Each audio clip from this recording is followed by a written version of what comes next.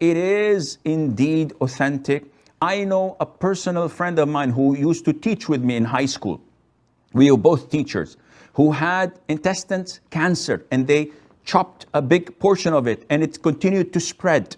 The doctor said, we have no cure for you. I met this person, a friend of mine personally, and I asked him, what had happened to you? He said, I adopted. Regarding the urine of camels, this is an issue that when people don't have proper knowledge in the Quran and the Sunnah, they may be shocked when they hear it.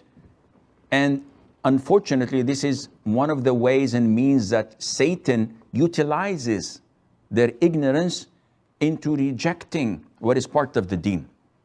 So, Sheikh, you're telling me that drinking camel's urine is part of the deen? Akhi, don't get me wrong. Listen, and listen objectively.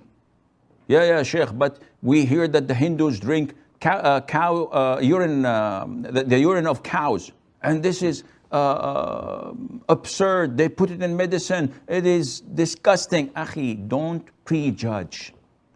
When you prejudge, we can't have a discussion. We cannot talk.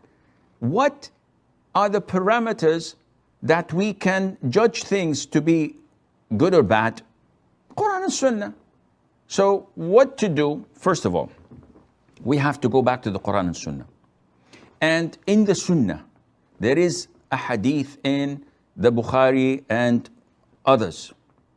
So it is the highest of authenticity, no doubt about it, where a group of Al-Uraniyin, a tribe, a group of them came, embraced Islam, and given the pledge of allegiance to the Prophet ﷺ.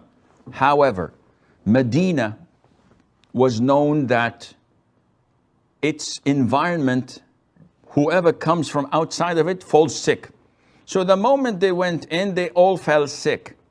So as a means of treatment and healing, the Prophet ﷺ ordered them to go outside Medina skirts, the skirts of Medina, where the camels, the herd of camels of charity, of zakat, are in a sanctuary.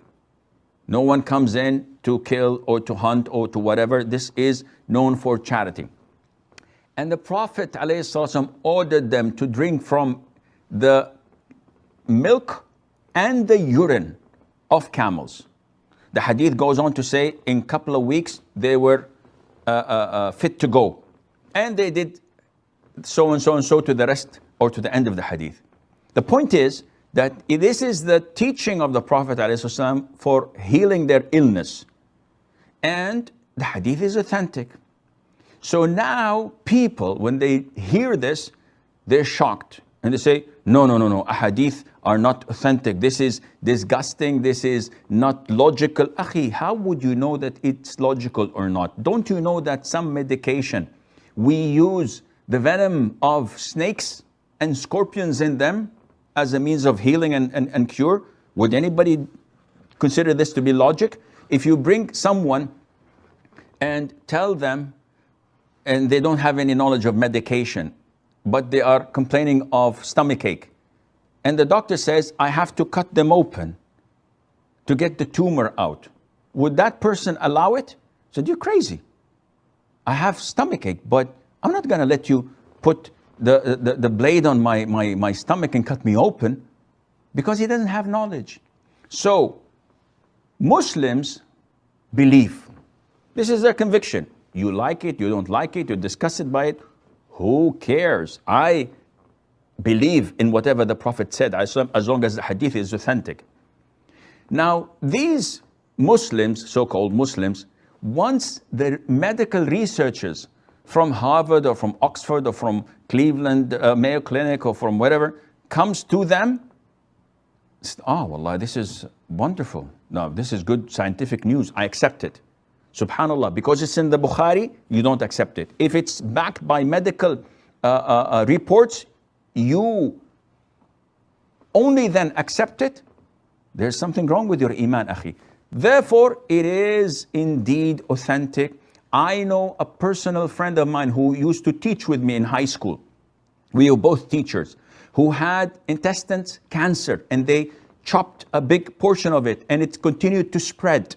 The doctor said, we have no cure for you. I met this person, a friend of mine personally, and I asked him, what had happened to you? He said, I adopted the milk and urine mixture, and for 5 months, every single day, I drink of it. And after 5 months, I went and did my medical, and the doctors were shocked. He said, all the cancer has disappeared.